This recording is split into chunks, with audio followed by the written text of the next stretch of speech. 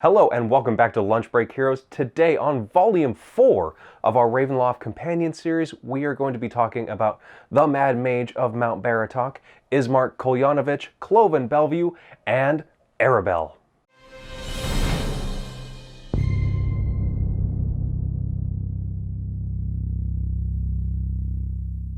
First up on the docket, we have the enigmatic Mad Mage of Mount Baratok.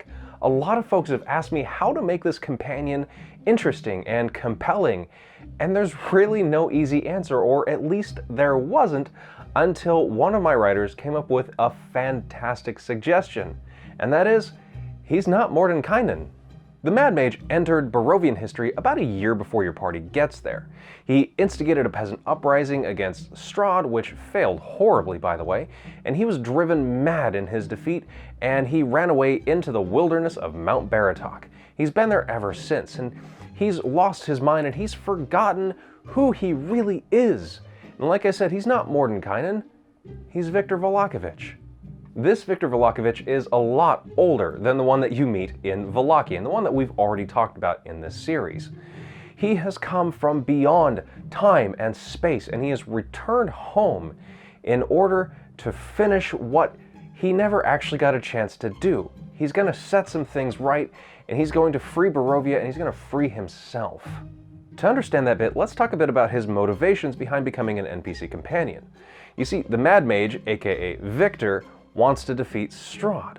But why does he want to do that? Well, he needs to release himself from a dark pact that he made back when he was much younger. This is the dark pact that allowed him to finally escape Barovia, to travel the different planes and learn so much about the arcane arts. Whatever this dark pact is, we don't know. He's very tight-lipped about it. He's probably not even going to tell your players. But he wants out of it, and the only way to get out of it is probably locked away in Strahd's library. So how do you gain this guy's trust? Well, just like it's written in the module, you cast a Greater Restoration spell on him and you cure him of his madness.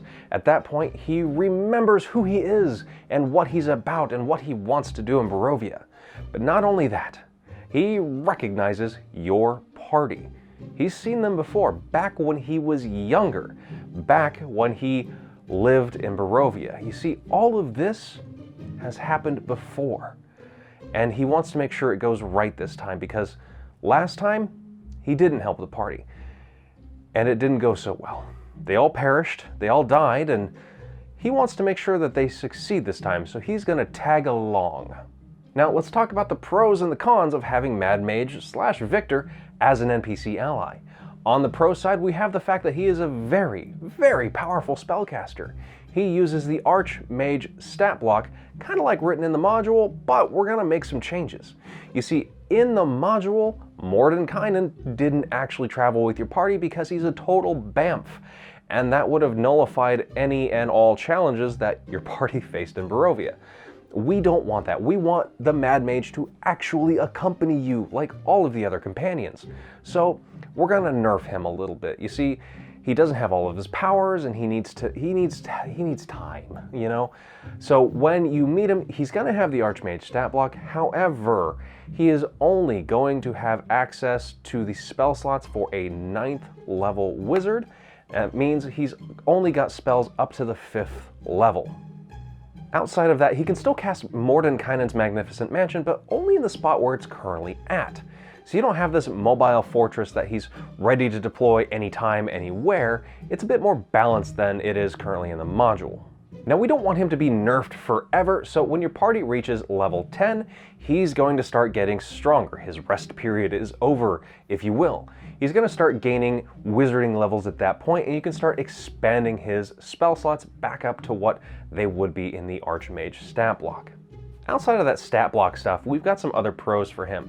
One, the Mordenkainen's Magnificent Mansion, that's a great safe place for your party. Aside from that, Viktor, Mad Mage, he's done this before. He's been through the ringer with Strahd, so he's got some inside information. He doesn't remember it all right now, but in moments of distress, bits might come to him here and there, like the layout of a castle where something important is, or maybe an ability of Strahd or one of his minions. Over on the con side, we have the fact that he's still kind of a difficult traveling companion. I mean, he bathes regularly now, but outside of that, he's still gruff and rough and just not a very friendly person. On top of that, getting him restored to a semi-coherent state can be very difficult.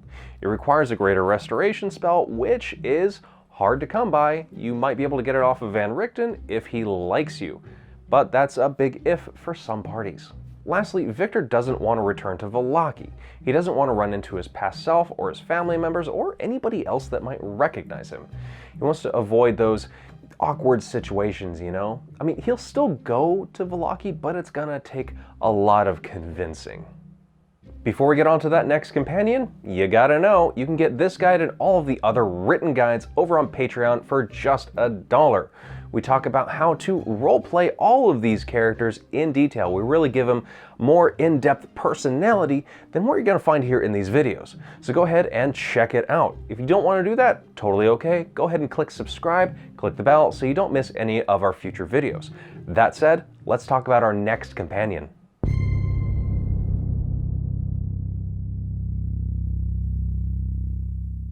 Next up, we have ISMARK KOLYANOVICH, one of the first friendly faces that your party's going to run into in the entire game. He's the burgomaster of the village of Barovia now that his father has died just a few days prior. Under normal circumstances, ISMARK's kind of a happy-go-lucky kind of guy. He's always willing to have a drink or have a laugh, but understandably, he's in a pretty somber mood. He's got a lot on his mind. Not only did his father die, but there's a despotic vampire overlord that's lusting after his sister. So, you know, he's got problems.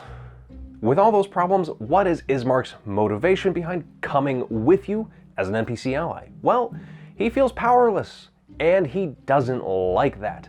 You see, he's gone his entire life with Castle Ravenloft over there in the distance looming over his home, and he couldn't do anything about it. He's watched people die and suffer and go through their life without a soul, and he can't do anything about it. Strahd is lusting after his sister, and he can't do anything about it. His father just died of a heart attack because of Strahd, and he can't do anything about it, and he has had it up to here. If there's any chance that he could take the fight to Strahd and take back some control in his life, he's gonna go with you. Does that sound familiar? So how do you earn ISMARK's trust? Well, as much as he wants to take up arms against Strahd and storm the walls of Castle Ravenloft with you, he's got other things on his mind. He wants to see Irina to safety. That's his main priority. And as long as he's traveling with you, he's not going to go on any other quest that doesn't involve getting Irina to a safe place. Now let's talk about the pros and cons of having ISMARK as an NPC ally. Over on the pro side, we have the fact that he's a pretty sturdy guy. He's got a veteran stat block, which at those very early levels, at those very early adventures and encounters, makes these things a lot more survivable for a low-level party. Additionally, even though he'd rather chop off his sword hand than go into politics, ISMARK is the natural successor to his father's office as the burgomaster of the village of Barovia. Now, if your party can convince him to use that fact to their advantage, he can become a very powerful political ally when dealing with other members of the Barovian nobility or even the Barovian populace itself. Over on the con side, we have the fact that ISMARK's mission to get Irina to safety is a bit nebulous and long-running. It's one of the longer missions to gain the trust of an NPC ally. And in addition to that, it's not exactly guaranteed success. As you know, if you fail to reconsecrate the Church of St. Andrew, well, there really isn't a safe place to put Irina in all of Barovia. So both Irina and ISMARK, in that case, are going to be traveling with you for quite a while. Luckily, you have a guide like this one to make them interesting travel companions. Lastly, ISMARK isn't exactly a fool, but don't look to him for any inspired tactics. He's going to be blinded by his mission to see his sister to safety, and he doesn't really care about anything going on with your party until that is resolved. Additionally, if Irina is in any sort of danger, he is going to launch headlong into that danger to protect her, regardless of the consequences for your party. .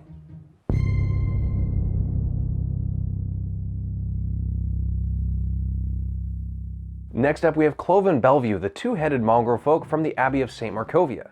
He's the abbot's right claw man, and he's been taking care of all of the other mongrel folk in the abbey for the abbot. He doesn't like the job, but he is particularly suited in that he is a little less mad than the rest of them. So what's his motivation behind becoming an NPC ally? Well, he wants to leave the abbey. He doesn't like it there, he doesn't like his job, he doesn't particularly care for the abbot, but he doesn't want to strike out on his own. He knows that he would get chewed up and spat out and, just outright killed if he ever struck out on his own.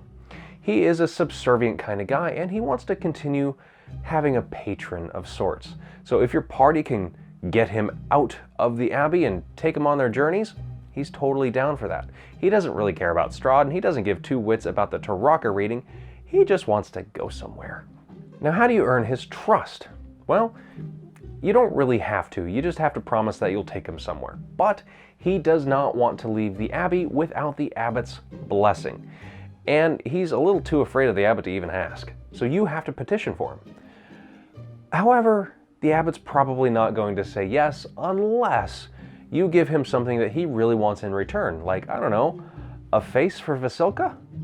Although, you do have the alternate route here that CLOVIN really wouldn't mind leaving if the abbot met an untimely end.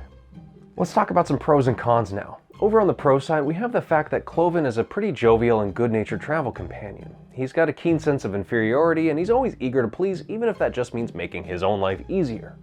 On top of that, he's got two heads, and that means he's got advantage on all perception checks, which is really handy if your party is traveling through the wilderness. Additionally, even though CLOVIN may be evil, he is extremely loyal. When he throws his lot in with somebody, he is stuck on them like sovereign glue. He will never betray the person that he has pledged himself to. Even the abbot, who he really didn't like, he would never have acted against, and if he's partnered with your party, he's never going to act against them either. Last up on the pros list, we have the fact that CLOVIN is really good with his musical instrument, despite the fact that he has a claw for one arm. Or maybe it's due to that fact, I don't know. In any case, anybody that can see past his physical deformities and just listen to the music is going to be impressed by CLOVIN. The Vistani especially are going to like what he has to offer in the musical realm. On the con side, CLOVIN is a poor fighter. He's got an AC of 11 and a movement speed of 20 feet.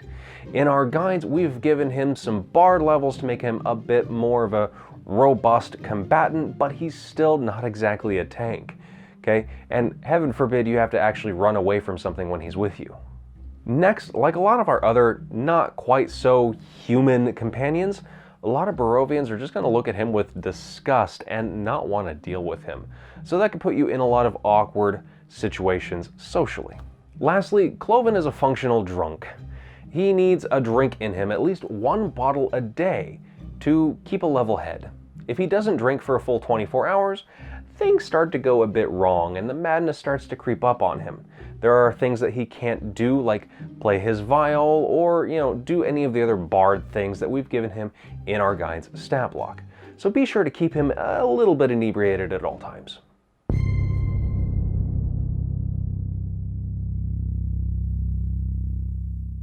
Last up, we have Arabelle, the young daughter of Luvash, the leader of the Vistani camp outside of Vallaki.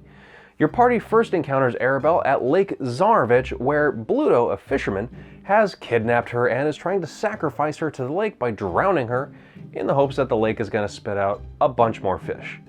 Now, all of that aside, how disturbing is it that her card is the Tempter? I mean, come on, wizards, was that really appropriate? Inappropriate cards aside, let's talk about Arabelle's motivation for coming with your party. You see, Arabelle has premonitions, and she sees a future for herself greater than what it is now. And she sees your party as an opportunity to meet that future. How do you gain her trust? Well, that's easy. You stop her from drowning. Bing bada boom. Alright, with those points aside, let's talk about some pros and cons. First up, we have the fact that Arabelle is, despite her young age, a well-connected Vistana. Her father is, of course, the leader of the Vallaki camp, and he's got his own connections. Now, Luvash, having a daughter, might be convinced by her to do things that he wouldn't otherwise consider, and Arabelle, being a daughter, has learned to subtly manipulate her father into doing what she wants. Next, with that blood relation to Madame Ava, she has inherited some of those prophetic abilities. Now, she can't control these, they come and they go, but she might see some things in the future with like an augury spell, or she might be able to remotely contact your party through a dream spell. All of these are spontaneous and at your discretion. Use them sparingly and always at times of greatest impact. Over on the con side, Arabelle has 2 hit points. Yes, 2. 1 and 1 is 2. If literally anything in Barovia hits her, she's dead. So, I mean, there are a few other allies that are more of a liability than a help, but Arabelle really takes the cake in this regard. Don't bring her into combat. Okay, just don't do it. So your party probably has to either keep her somewhere safe or well behind the lines of combat. The only time she's really going to ever be useful in combat is during that final encounter, when she can grant your party inspiration against Strahd. Lastly, Arabelle is a child with a father. And what good father would ever let their child run off with an adventuring party to go fight a vampire overlord? He's not going to let it happen. And Arabelle doesn't want to see her father hurt. So you're in this really awkward situation of how do you get Arabelle to help your party? Well, you might have to leave her at the Vallaki camp and have her help you remotely, or come and get her when it's time for the final battle. At your discretion, however, she might try to tag along with the party as an uninvited guest, and that can invite all sorts of hijinks. Alright, that does it for Volume 4 of our Ravenloft Companion series. Stick around for Volume 5 coming in 2 weeks. In the meantime, go ahead and click the subscribe button and the bell so that you don't miss it, and I'll see you next time.